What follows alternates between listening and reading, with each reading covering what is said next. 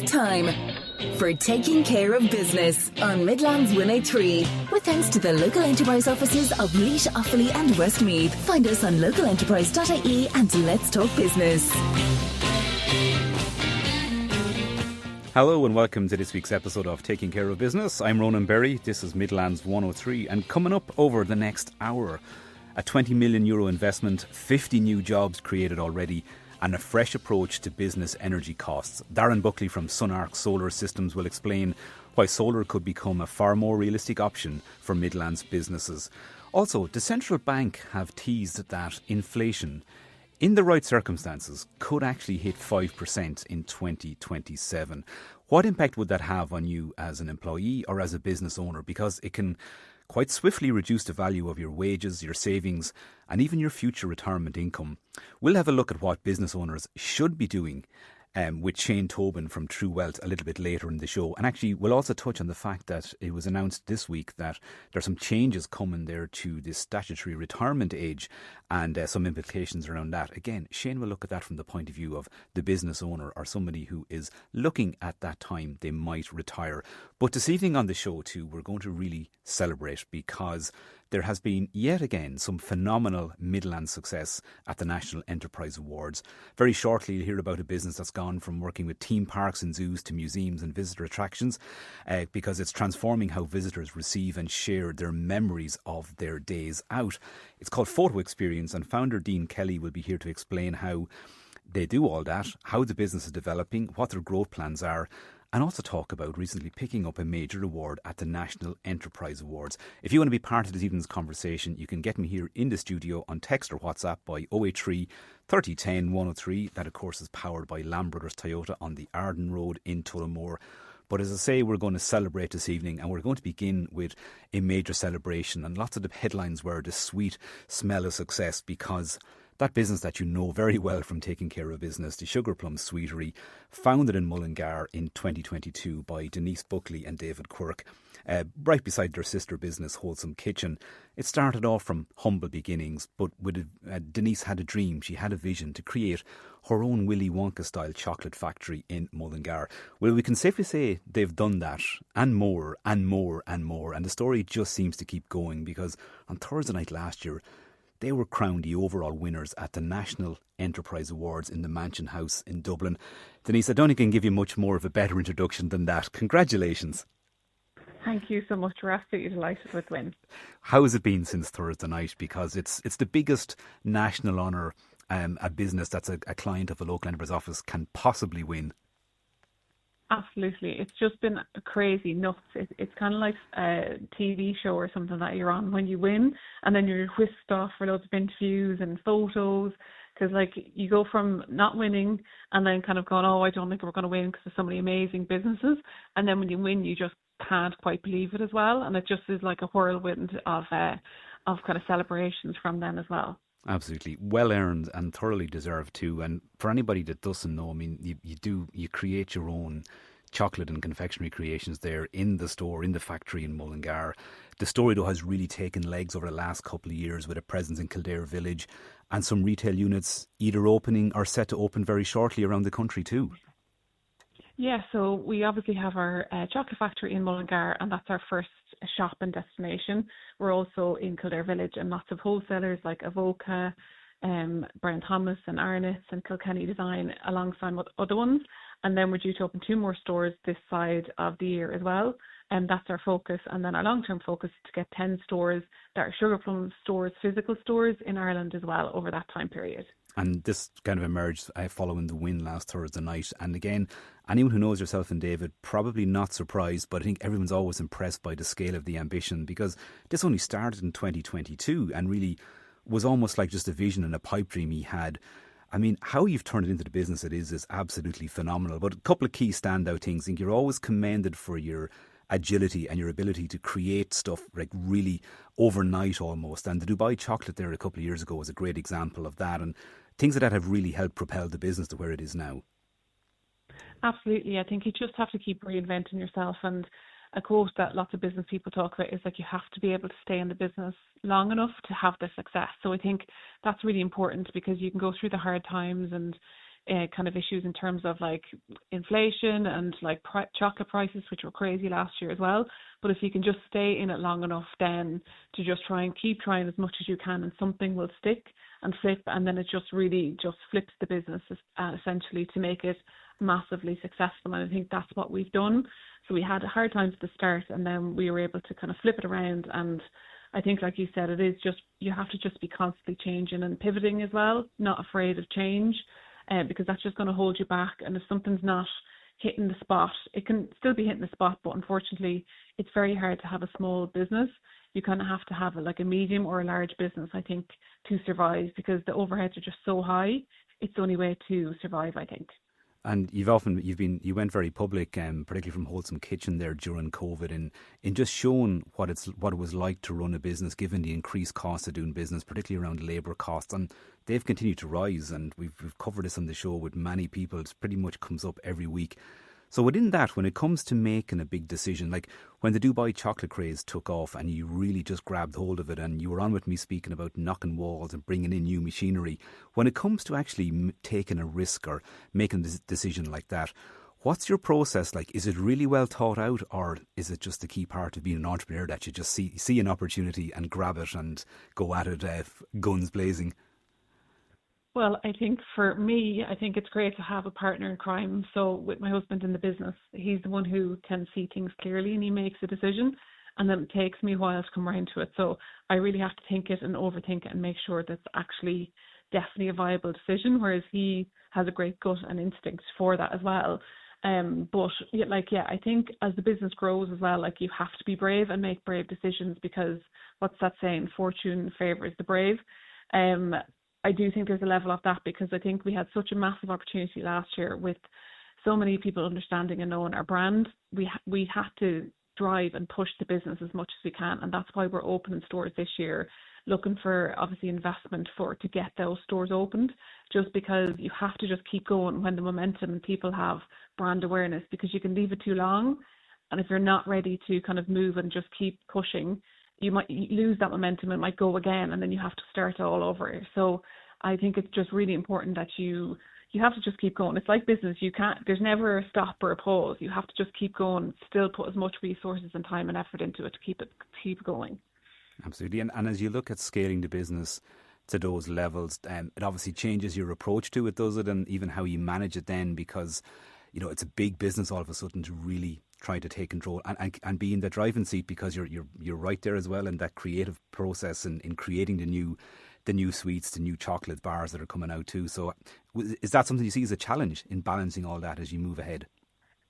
Do you know what? I think it's easier because you have more team, so you have more strategic people in roles that can help you and support, whereas when you're a small business and there's 5 people in the business, you are doing marketing, you are talking to the retailers, you're selling in the shop, you're making the chocolate. So I think as you grow, there's actually more opportunity for your business as well. And if you stand long enough anywhere in either of our businesses at the minute, we will put a process in place, because like you had said, it's so important as we grow, processes, because that's the only way you can open X amount of stores and be able to manage them and to have kind of a control on costs, inventory, everything. It's the only way forward. So that's what we're really pushing and focusing on over the next couple of weeks before we open our next store. Absolutely. This is it'll be like a little handbook for any business going forward, because really, you can chart that journey. It's been such a rapid rise so far. I know the local enterprise office in Westmeath, there's a phenomenal team of women there, and they've been instrumental though in this journey for you. Absolutely. And like, how impressive are they for all of the winners that they had? I think that was one thing that we didn't think, like, in terms of we're thinking, oh sure, like, how could we win? Because they've had so many winners in Westmeath as well recently also. But like, fantastic. So like, literally just from start to finish, even this year, last year, massive support. This year they've also helped us with the expansion grant. So we're investing more machinery for the business, looking at like in terms of kind of more strategic roles for a business, because like I said, and you had touched on, with wages increasing, like, there's only a certain amount of money you can invest into certain roles, whereas they have supports to help you with that as well and expand your business. So like I would just say, and I've said it before, just make sure that you just get in contact with them. If you can just get one call, they're all fantastic. They will meet you, and it just makes such a difference, and you'll understand what supports are out there that you can get, and they can make a huge difference between making a profit and not making a profit at the end of the year, or, you know, in terms of investments. So I can't speak more highly of them.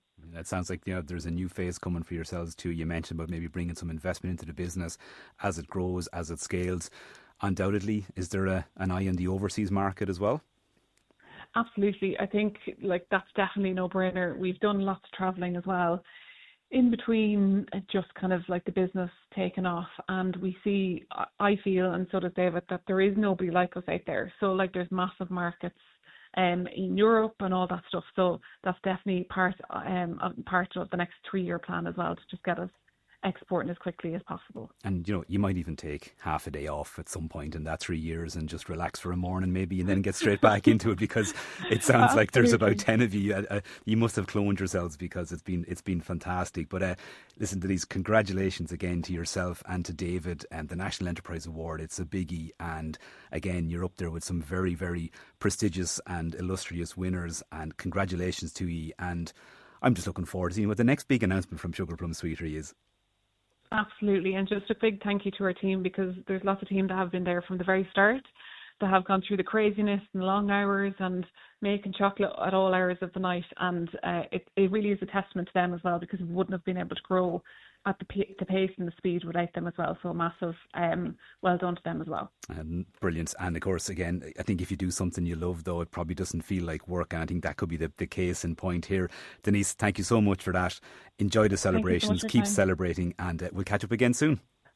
Will do. Thank you so much. Not at all. And there's Denise Buckley, the co-founder of Sugar Plum Sweetery in Mullingar, and soon to be seen all over the country too, and the winners of the overall National Enterprise Award last Thursday. Phenomenal achievement. And Denise mentioned there about the success that local enterprise office Westmeath has had. Go back only 5 years. The Bevcraft Group, led of course by Kieran Gorman and Darren Fenton, took the National Enterprise Award, and companies like Tappy Tag there are picking up sustainability and digital awards in between, and many other local companies.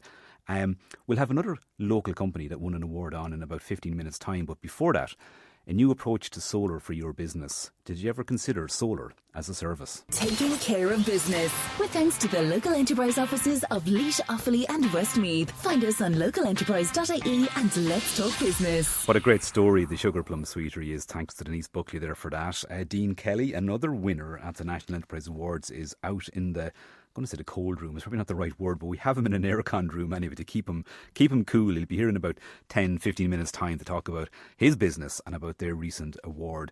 But before that, I mean, the sun is high in the sky there, and we're all feeling the high temperatures there too. And there's no doubt that solar energy has become a key part of the conversation around business costs. Again, Denise Buckley just mentioned rising business costs there as part of the last feature. But things like sustainability and energy security are firmly in our minds now. Well, a local company is now making a major bet on the future of solar power in Ireland, announcing a €20 million investment and a new solar as a service model aimed at removing the upfront cost that often put businesses off making the switch. Darren Buckley is in studio with me now. He's recently been appointed as Associate Director with SunArc Solar Systems. Darren's going to discuss their ambitious plans, the opportunity for Midlands businesses, and where renewable energy is heading next. Good evening, Darren. Good evening, Ronan. Thanks very much for having me in. Darren, this one really jumped out at me because anyone that's involved with maybe software knows that things like software as a service and things. Solar as a service, this is a new twist on it. Tell us all about it. It is, yeah. Look, it's relatively new, I suppose, for Ireland. So it is, as you said there in your introduction, it's zero upfront cost to businesses. We install the solar on the business's roof for a period from 10 to 20 years, depending on the contract term the client feels comfortable signing into. And we take care of the solar system, operations and maintenance, cleaning of the panels, and ultimately the client ends up with 2 ESB bills, one from the grid, their energy provider that they currently have, and the other then from ourselves, from the solar being generated on the roof. Where did the idea come from? As I said, it's something that's been out there for a while, but for us here in SunArc, we saw a gap in the market there for businesses, and I suppose our big USP is we're actually giving businesses a fixed unit rate on the solar that we install for them. So it's not index linked, it's not liable to inflation or any rising costs. So whatever the unit rate we agree on, and it's anywhere from 15 to 22 cents depending on the size of the system, we fix that in for the term of the contract for the client. I'm sure that idea of a fixed cost catches business owners' attention. It does, massively.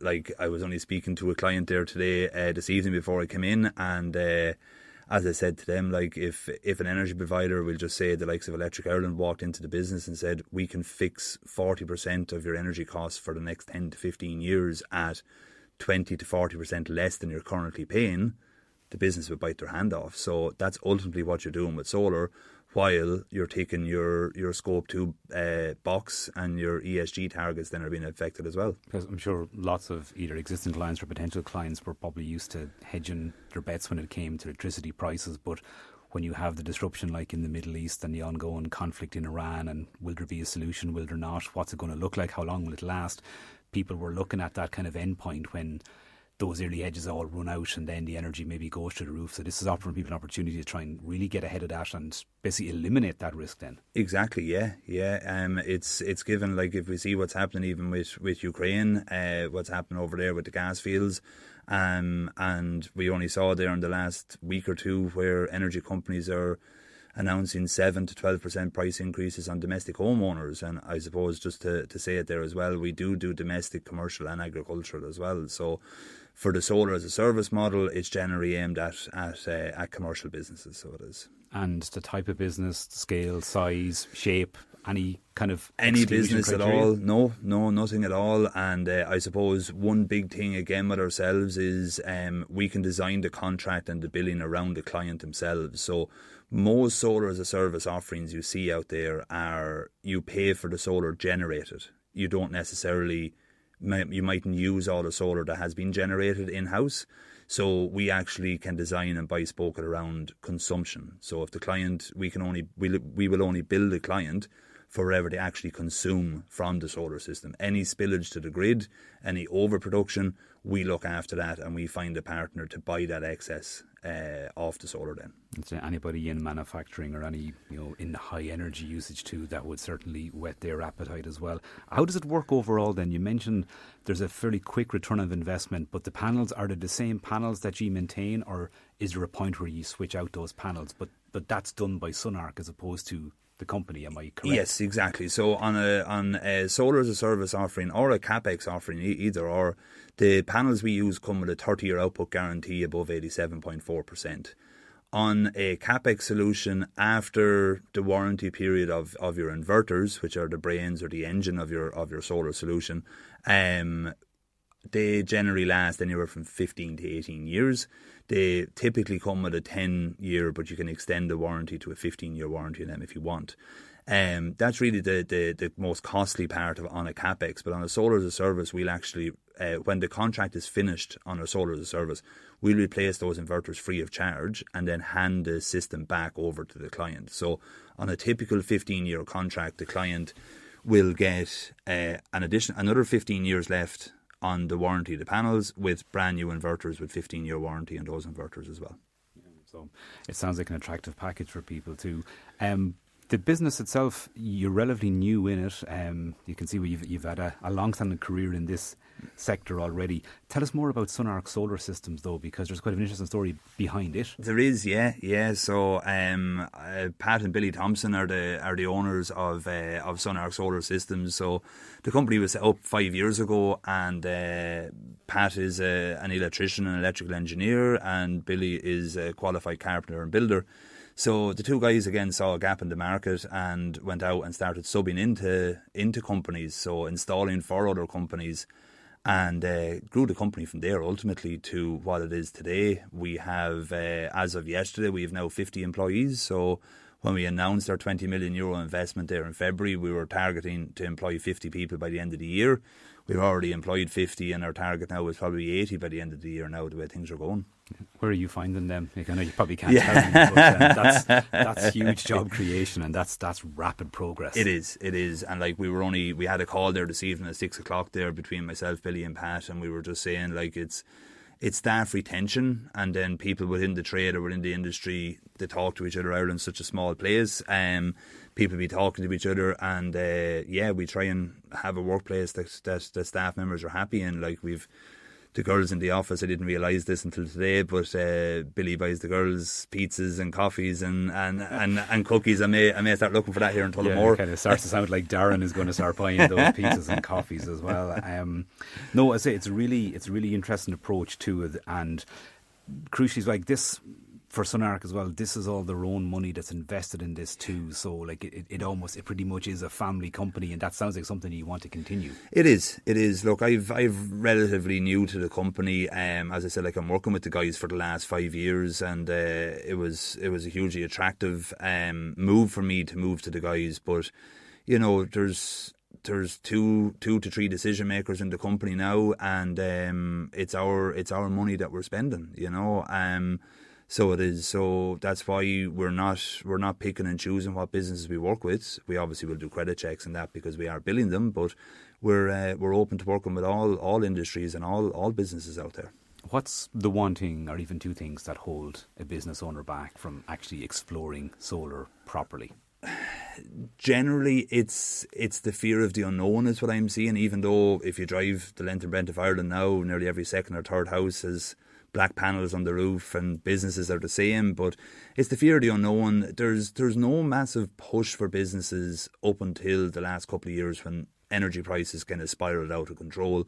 We have ESG coming in, we have Scope 2 targets to be hit by businesses and by the country as well, that it's really waking the businesses up in the last 12 months to really explore solar. Do you find that if businesses go solar or renewable and then they're monitoring it, they can see their usage, their consumption, they can see what they're maybe giving back to the grid, does it make them focus more on the usage and wastage? Yeah, 100%. Like, I'm speaking quite a lot with businesses now at the moment about battery storage, and maybe revisiting current clients of SunArc that would have put in solar only systems, but battery ready systems. That's one thing, we'll always help a system to be battery ready.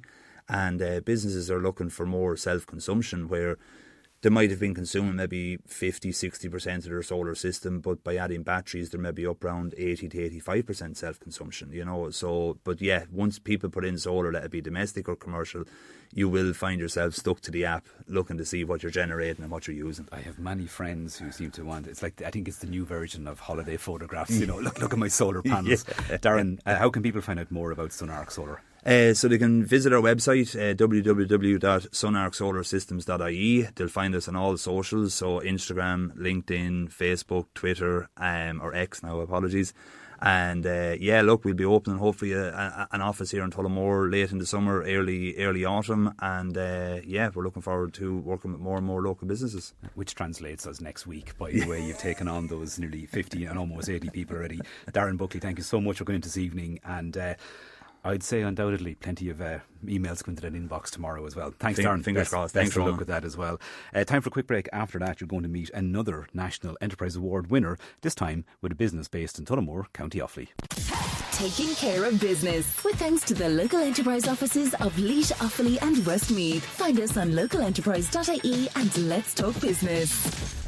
Before I go any further, a bit of an announcement of sorts from a well-known business in Tullamore. I just saw there this evening that Brian Cloonan of Cloonan's Hardware is gone OnlyFans now. So just check out their Facebook page and you'll see what I mean on that one. Anyway, let's get back to business matters, proper business matters. But from a small business in Tullamore to an award-winning technology being used in visitor attractions around the world, Photo Experience has just won the Digital Award at the National Enterprise Awards for its innovative platform that allows guests at theme parks, zoos, museums and attractions to receive their photos directly to their phone. Its founder, Dean Kelly, joins me now to discuss the technology, the entrepreneurial journey and how a business from Offaly is helping reshape the visitor experience industry. Good evening, Dean, and congratulations, another local national award winner. Yeah, nice one, Ronan. Thanks very much. Appreciate it. It's great to be here. We had Denise from Sugar Plum on. Now yourself, like you were the winners of the Digital Award on Thursday night. Again, national level. How did that feel? It was a bit surreal, really. You know, you get excited when you're up for an award, and I think getting there for the day out or the evening, you know, is a win enough. And then, you know, when our name got called out, we all just looked at each other, and it was just like, geez, here we are, you know, class after winning. Because undoubtedly, like Denise said, you're probably up against some business that you probably look going, wow, can't believe we're in the same category as them, and then you pick up the award. Yeah, and it's kind of like on a national level, like when you're in business, you're kind of it's you against you, and it's you and your team, and you're down in the trenches, and you're getting ready for whatever it is you're preparing for. But then when you kind of step out of that, and there's outsiders looking in, and they're making judgment on the business, and then you come away with an award. So it's pretty class. I'd say there's plenty of eyes on it in the few days since. Yeah, it has now. Now LinkedIn's been hopping off it, which has been cool, And radio presenters texting you and seeing if you'll come on a show. Well, you're here now anyway, so I suppose let's start at the obvious point. Tell us about your business, what you do, and how it all started. Yeah, so it's quite interesting actually. So the real essence here is there's a massive problem in visitor attractions and in the theme park industry, where operators want to kind of create revenue streams from taking photos of their guests and having them images printed off in a gift shop. It's quite simple, simple photography you would think, but there's a massive system behind it. And that that solution was kind of came from the pain that myself and Ella would have had. Ella's my fiance. Long before photo experience existed, we were photographers going around taking pictures at events. We did everything from weddings to christenings, parties, you name it. I used to run around nightclubs selling keyrings. So I was that guy. But as we kind of grew, and we went from being gigging photographers, we kind of wanted to make a career out of this, and we kind of realised that there's not enough days in the weekend to be doing events. So we started looking at where are people? The people that are booking us for events are in work Monday to Friday, and they're booking us for the weekend events. But we started to look at the tourism industry, and we've seen that tourists are coming to Ireland 7 days a week. There's tourist attractions open 7 days a week, and we started thinking, we need to be taking pictures of these people. And if you think about it, we were photographers going around capturing people, low volume, medium volume, but the real kind of gap here that we kind of identified in our own workflow was when we started taking Santi photos. So Santi photos, traditional Santi photos, have been around for years, been around for a really long time, Polaroids right up to kind of where we are today, and that was our first taste of high volume, multiple camera locations, very high throughput, and you can't mess it up. If you take that traditional picture for a family, it's got to be right. And we kind of leaned into that, and we got really, really busy. And we got really busy one year. It was just after COVID, after the restrictions lifted. We realised that our photography tools that were based for photographers, for event photographers, myself and Ella realised that wasn't going to cut it. And we said, we can't do another year like this. And I always knew I needed a system, or I needed software. I needed technology to get me to the next level. You wanted to remove almost a physical photograph and people having to wait, was it, and give them something, or just to upgrade your technology to begin with? Just to upgrade it and to streamline it, because what happens especially at a Christmas grotto, or even like a theme park, you've got like multiple cameras everywhere, multiple photos, and to stream all them, like let's say you go through, you get your photo at location A, then you get at location B, then location C, you come out to the gift shop, and then you want to look at them all. We were running memory cards. We were taking memory cards out, and it was absolute chaos. Whereas now, with the kind of the digital end of things, we streamlined that with QR codes, NFC tags, and it was really that pinch point of like, we need to be able to manage the pictures that we're taking. Because the one thing is, when you take a picture of somebody, it's not yours, it's theirs. Yeah. And then you need to be able to give it to them, because they want to buy it physically, but they also want it digitally. Because I think people will probably know the system. Sometimes you come out and they're on a big screen, but if they disappear, more or less, they're kind of gone. The one. So if you can streamline that, speed it up, get those photographs to people quicker, they're more likely to purchase and buy, and then it's kind of a win-win for everyone at that point. Yeah, exactly. And if you think of the kind of the old technology was, images on a screen. But at a Christmas grotto, you can't put images on a screen. There's private photos of private families in private rooms. There's a big operation, so you can't just display everybody's photo on a screen. So that image management and association, especially at a Christmas grotto, it was really it really made us kind of stand out. Was there much of an investment then into the tech that you spoke about? Like, was it a big shift for the business, or was it more of an upgrade and something that you just needed to do anyway? Or how did that help the next stage of growing the business? Yes, that's where Hatem came in. Hatem is one of our business partners now. Photo Experience is owned by four business partners, myself, Ella, Adam and Hatem. And I met Hatem during COVID. And Hatem Hatton's a software developer. He's a jack of all trades when it comes to tech stuff. But I was chatting to him. Long story short, we sat down one day, and he said, "This is a big plan. Like, this is a big project." And I was like, "But it's going to go somewhere." We had a chat. We started working on it. Long story short, and we became business partners. So what I was doing with photography tools, we wouldn't be able to be where we are today. We had to create our own system.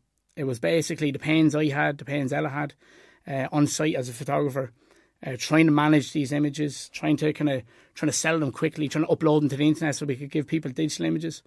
It needed software, and that was the real key that kind of unlocked all this. And then that software that we were developing, that's when I started chatting with Adam. I told Adam what we were doing here, and he was like, "Whatever you're doing here, we can do that in the UK." Adam's based in the UK.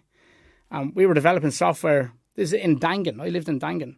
We were developing this system and software in Dangan. I was remoting into Hatton in Athlone, and we were waking up early in the morning, and I was telling them what we needed, what we were doing. We were doing revisions. Before you knew it, then we were prototyping it, testing it out over here.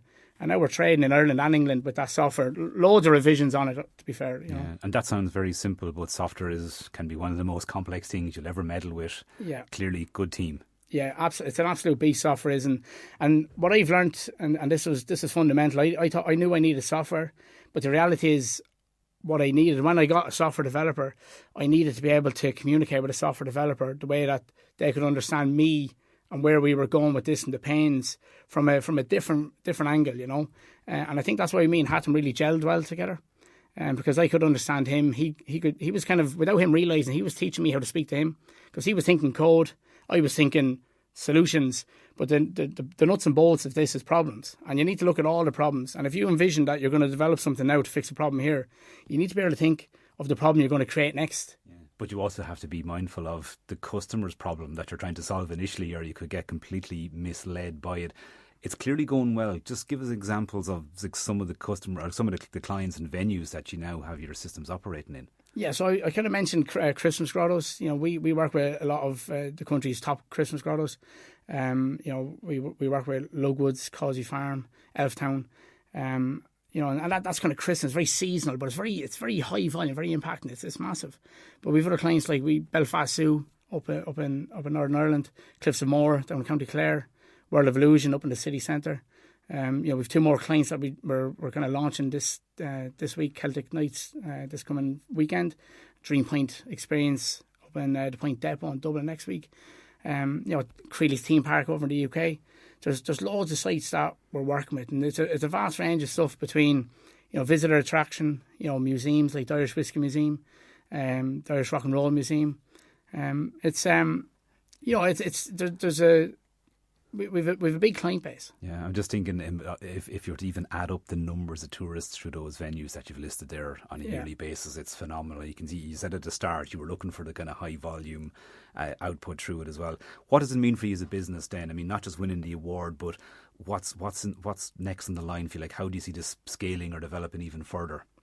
Yeah, so the whole idea of this system and software and the business idea and the business model, it's being built to scale.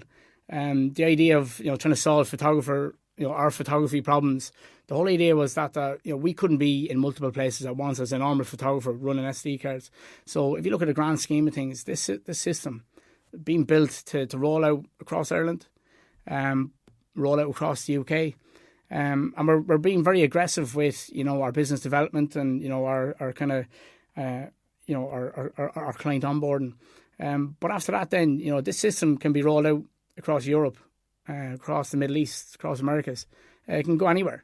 Obviously, you need to kind of walk before you can run, all that type of stuff. But that's not too far away. We're already, I've been already done a couple of site visits over in France, been to the Middle East earlier this year looking at sites. And what's quite interesting, when you go to these trade shows, you're talking to international theme park owners and operators and decision makers. Obviously, they care where you're from and where you are geographically, but they want to know what's your system, what's your solution, and how are you different. And all of a sudden you're in conversations with people in Germany and France, and it's mad to think that like from a photography workflow to an international scalable business. It's class. Yeah, it is actually. It's a great word for it. And all started in Dangan, County Offaly, which is mad. Your business is based in Tullamore. Do you see Tullamore, Ireland, or the Midlands always been central in the headquarters? Yeah, I think so. You know, it's I like Tullamore. It's quite central. You know, you can get onto the motorway anywhere. It's a busy town, but it's not too busy, if you know what I mean. You know, and there's, you know, the unit we have across the way is kind of perfect. You know, it's an office, big warehouse. You know, at some stage we might grow over it, I don't know. But it's nice. Where we are now, we're quite comfortable. Yeah. Sounds like you mightn't be too far away from growing out of it anyway. And again, Offaly Enterprise Office, good sources of support over the last couple of years, really helping, you know, again, business like yourselves and Sugar Plum to, I guess, not just putting you on a national stage, but I guess you do the hard work anyway, but picking up national awards, they don't come easy. No, absolutely. And I think what's quite interesting about the local enterprise office is, you know, they help you get to a point where you're pushing through, and you know it's quite easy to kind of go to, you know, a breakfast morning and to go to, you know, one of these online kind of seminars, you know, get a mentor. All that stuff is quite easy. But if you go beyond that, you know, there's other supports, you know, various different grants. And they really push you into a corner where you kind of need to explain your business, like. Yeah. You know, you need to explain. And a lot of Irish people don't like doing that, no. Even though they can, and it's potentially great business. Hate doing it. Like, it's like, oh, don't ask me what I do, or don't give me that elevator pitch. But you see the end result when people are pushed, and you know, one thing lifts another, and you see people kind of then discover all those other grants and systems that can just help you either bring in people or you know, buy new machinery and that. So, yeah, absolutely. Fair play to you. It's a great story. What's the website, Dean? Yeah, so www.wearephotoexperience.com. Come check it out. Another Midlands winner there, the Digital Award at the National Enterprise Award. And Dean, undoubtedly be back in soon enough anyway with even more developments and the latest updates with Photo Experience. But well done again. Thanks for coming across this evening, and we'll talk to you again soon. Yeah, nice one, Ronan. Thanks very much. Appreciate it. Not at all. Class. That is the way to sum it all up, isn't it? Absolutely. I couldn't have come up with a better word myself. Thanks, Dean. Quick break. After that, the central bank issued a warning of sorts earlier in the week, suggesting that inflation could hit 5% next year in the right circumstances. If that were to happen, how might it happen, and what impact would it have on you as a business owner? We'll find out in just a couple of moments. Taking care of business with thanks to the local enterprise offices of Laois, Offaly and Westmeath. Find us on localenterprise.ie and let's talk business. Inflation mightn't be dominating headlines the way it did about 18 months ago, but with prices still rising and many households and businesses feeling the squeeze, there's some important questions about what inflation really means for our money. To look into this a bit further, I'm delighted to be joined by Shane Tobin, the CEO of True Wealth and lowquotes.ie based in Portlaoise, because the central bank issued their predictions for inflation next year. And whilst they expect it to stay in around the 3.5%, they have said in severe cases it could rise as far as 5%. Shane, that would put the frighteners up businesses, to say the very least. Yeah, it would. And, you know, we're at 3.5%. So long-term inflation, Ronan, sits around 2.5%, 3%. So it's not going to go too far south of that anyway. Now, 5% inflation grabs most people's attention, and you kind of sit up straight and you pay attention. But look, it just means whether it's 3.5% or 5%, it just means that your money buys you less goods and services by that amount each year. Doesn't mean that the money disappears or vanishes out of your account, but the goods and services that you physically buy increase in price on average. Now, some people could be suffering inflation at 7, 8, 9, 10% run. So inflation, that's a generic number across the board, but it could be very specific to certain families, industries, demographics, and sectors like that. So especially if your wages and your cash on deposit aren't increasing at the same rate. So, you know, we see it in the supermarkets, we see it in the shops, we see it at the petrol pumps, the restaurants, the utility bills. You know, you don't have to go too far and tap your car to realise that inflation has been creeping up gradually. And you don't always notice it in one big bang like that, but silently, little bit by bit over time, inflation does its job on our wages and our cash sitting on deposit, Ronan. And actually, I touched on that on the show last week. I had a restaurant cafe owner from Athlone saying that they've taken one dish of fish and chips off the menu because they felt they'd have to charge maybe 23, 24 euro. And they said that's just not fair. It's above the price point for many people. That's it in that small scale example. But like 5%, we're already at 3.5 and there's talks. They're looking at kind of 2.9 to 3.5. Now, they're also saying, expecting that the domestic economy will continue to expand at a modest rate, maybe 3.3% for this year, 2.8% for 2027. So, at a higher inflation rate could do a lot of damage on businesses too. But you want to speak and say the business owner that maybe is looking at either retirement or maybe looking at taking some money out of that business too. There's a couple of important things they should be aware of and things they can do to try to mitigate that. Yeah, well, business owners suffer inflation the same as everybody else. You know, the consumer notices the price rising. The business owner notices the cost rising. So whether that's insurance, wages, utilities, whatever it is, Ronan, you know, keeping up with technology, increasing competition is also to be mentioned. You know, having to be more innovative to stay alive. The challenge for businesses, you know, it's not just passing on the prices. It isn't always as straightforward as that. Some industries can't pass on the price just as easily as others. And that puts pressure on affordability, profitability, and margin. So you can be very busy as a business owner, and sometimes you can be a busy fool. And the old saying, Ronan, sales are vanity and profit is sanity. But, you know, some businesses don't recover from inflation the way that they can or could if they were planning, maybe pre-planning in advance of it. Now, some businesses unfortunately have to wind up because of not planning for inflation or kind of not seeing down the road that far. Now, it's really important for business owners to be pricing in and planning ahead, especially when it comes to inflation being talked about at 5%, and particularly with their own personal wealth in mind. Now, wealth tied up in a company is one thing, Ronan, but the job of a business owner is to extract that wealth out of the business. It's very little good sitting in the company. It has to be taken out of there and used personally by the business owner to be a benefit to them. So one of those ways is a pension account. So if you think about a pension account growing at 7% per year, your money could double over a 10-year period using the rule of 72, the famous rule of 72. So if you're investing in a pension, that pension is earning you 7% a year. You're effectively doubling your money every 10 years. And that's a very different scenario to inflation. So take inflation at 3.5% and the cost of living doubling over 20 years being the other side of that coin. So in real return in your pension, then the way you have to look at it is it's not just a 7% inflation. It's not just a 7% return on your money. You factor in 3.5% inflation if that's what it is. That would give you a real return of 3.5% per year, which means as a business owner, you're extracting wealth out of your business. You beat inflation personally by extracting the wealth out of your business. And you've gone one better, Ronan, then because you've earned an additional 3.5% on your money. And I do feel that is something that business owners can be quite slow to get to.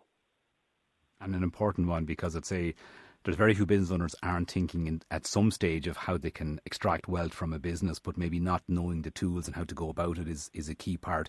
And it's probably something that's not that difficult to set up and be ready for if inflation were to hit 5%. Yeah, the big thing, I suppose, with business owners is to be more financially aware. You'll see business owners invest in their health, time, energy, effort.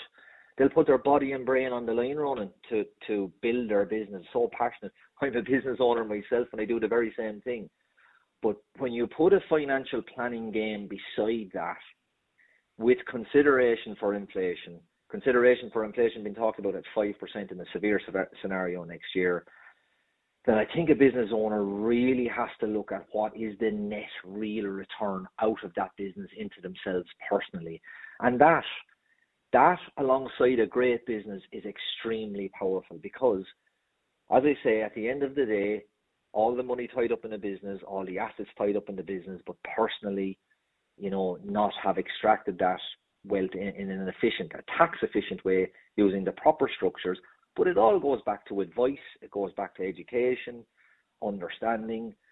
Business owners, I'm a huge fan of business owners, Ronan, and they're brilliant at their business, invest so much time, but sometimes they just neglect this part of financial planning in their business. So I hope any business owners that are listening would hear that and kind of take it as a call to action to just get in on their money and get to know their money a little bit better and put a proper financial plan in place. Well, I think you've definitely given them something to stick into the diary for this week anyway. TrueWealth.ie is your own website, and I think it's sound and sage advice, and there's people like yourselves out there who can guide them through this process and really make sure they get that return back from their business that really, they deserve and they've earned it as well.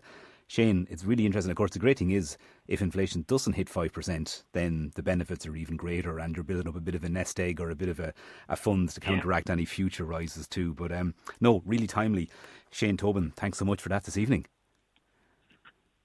That's Shane Tobin there, the CEO of True Wealth and lowcodes.ie, both based in Portlaoise there. So, yeah, maybe that's one thing for your business diary or to add to your calendar for the week ahead. Hopefully you enjoyed this evening's show. I think there was some huge advice there from brilliant business owners all around the Midlands. If you'd never thought of solar as a service for your business, I'd say you're thinking about it after listening to Darren Buckley from SunArc Solar earlier. And just big congrats again to Denise Buckley and David Quirk of the Sugar Plum Sweetery, your overall National Enterprise Award winners, and to Dean Kelly from Photo Experience picking up the Digital Award. Keep telling you, we've great business in the Midlands. There's the proof. Not that we need it. Take care. I'll talk to you all next week. Taking Care of Business returns next Tuesday at 7 p.m. with the local enterprise offices of Laois, Offaly and Westmeath. Find us on localenterprise.ie and let's talk business.